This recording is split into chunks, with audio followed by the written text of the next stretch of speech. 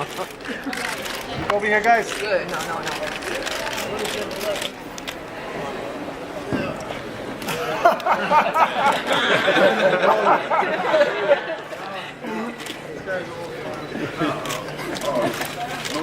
Stay down a little bit, please.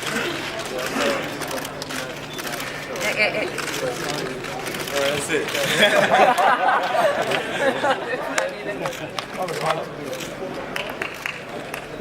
So I want to bring up to the podium Brooklyn's own Zab Judah. Thank you.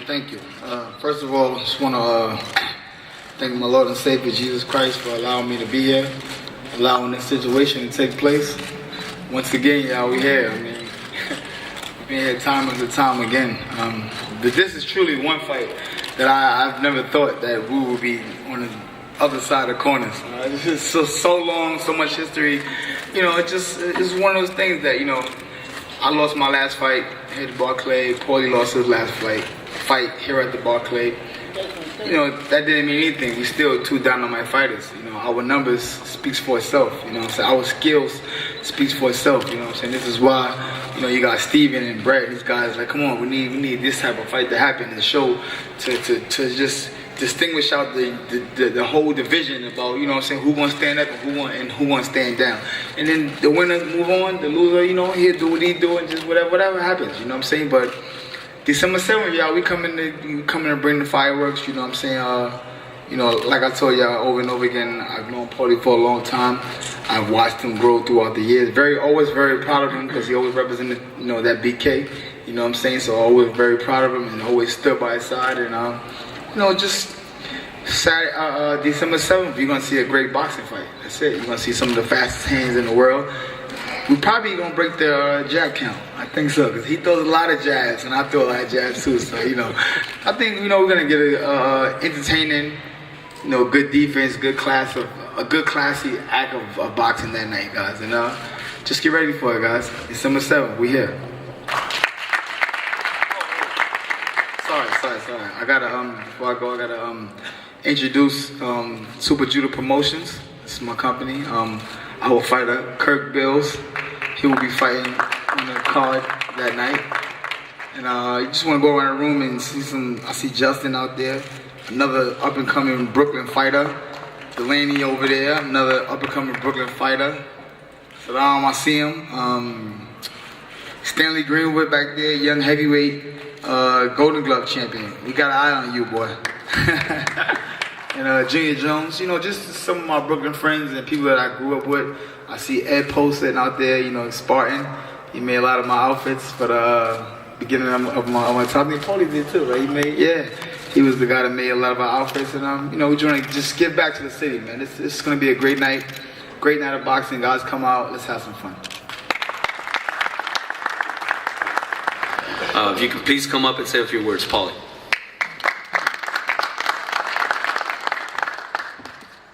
Yeah, I guess I'll start by saying I echo the same sentiments as Zab. All the years I know him, I've been around him for a long time. I never expected to be across the ring from him, but, you know, we got to give Brooklyn what Brooklyn wants, you know? So it starts there. Before I get started, I'm going to start from the top. You know, I wasn't sure after the last fight and the events of everything that happened if I would fight again, you know? I was kind of pulling both ways, you know? I was unsure of whether I felt like going through all the stuff that that it takes to get ready for fights and all the stuff that dealing with outside the ring, heckling and politics and just a lot of stuff, you know? And you know, I was really torn, and you know, I got a pretty good job commentating, so I was saying, you know, I was more leaning towards not fighting again, you know? You know, my team was very supportive of whatever decision I made, but I got a call from Sam Watson recently, and you know, with Team Heyman, and you know, they were talking about they were interested in working with me, and it kind of started to get me thinking a little bit, you know. You know, they kind of gave me kind of a blueprint as to what they want to do with me, obviously pending my success in the ring, and I liked what I heard, you know. So I've been in some positive discussions with Team Heyman and Sam especially, and you know, we're trying to move forward from there. And you know, so a big up to them, because I think they're a big reason why I've actually stepped forward and continued to fight. You know, as opposed to just laying back and watching the fights from outside the ring with you guys. So now I'm here. You know, me and Zab go back a long way. You know, I can remember I told Lem Satterfield from Ring Magazine over the weekend. I remember Zab working my corner. You remember that fight, man? I don't think you remember, man. 99 Empire State Games. Zab came up as like an honorary coach. The fights were at Hofstra University, and Zab was working the corner for all the amateurs, and you know, I remember him working my corner, you know, and you know, just he actually trained us that week and all that. Well, I didn't win the whole tournament, but we won. We got to the semis, but some of us won. I think New York City won the team trophy, but you know, Zab was kind of like the honorary coach, so he's working with us all week and stuff like that. So again, I mean, it goes back to even before I was a pro, seeing Zab in the gym. I remember seeing Zab sparring in the gym even before I had one amateur fight. You know, I kind of got a late start in boxing. I was 16 when I started. I had my first amateur fight at 17, so I had heard a lot about Zab even through the years. As a matter of fact, again, harping on the fact that I never thought I'd fight him. I mean, at the time he worked my corner, I was fighting at 125 pounds, you know? So you never think like you can even grow at that age anymore, you know?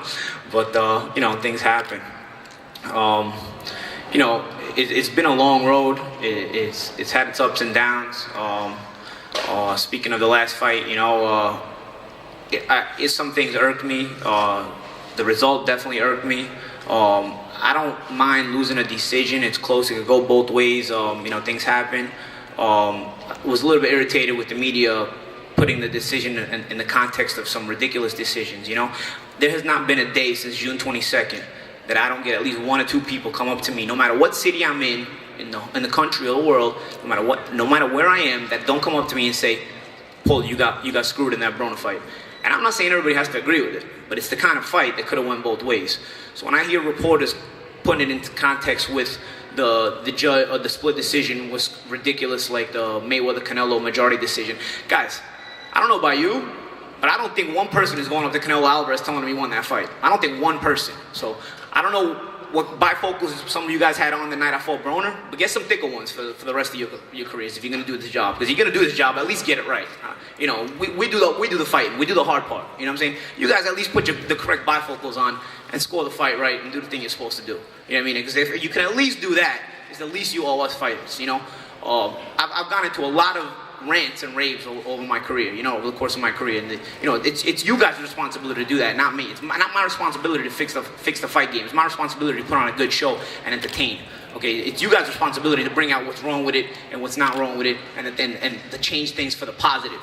So it's not just up to the media to make your fantasy pound for pound lists and this guy's better than this guy. That's cool, but it's nerd stuff at the end of the day. You know, go forward and try to make the sport a better place for the athletes and for the fans and everything, because we can't do it on our own. You know what I'm saying?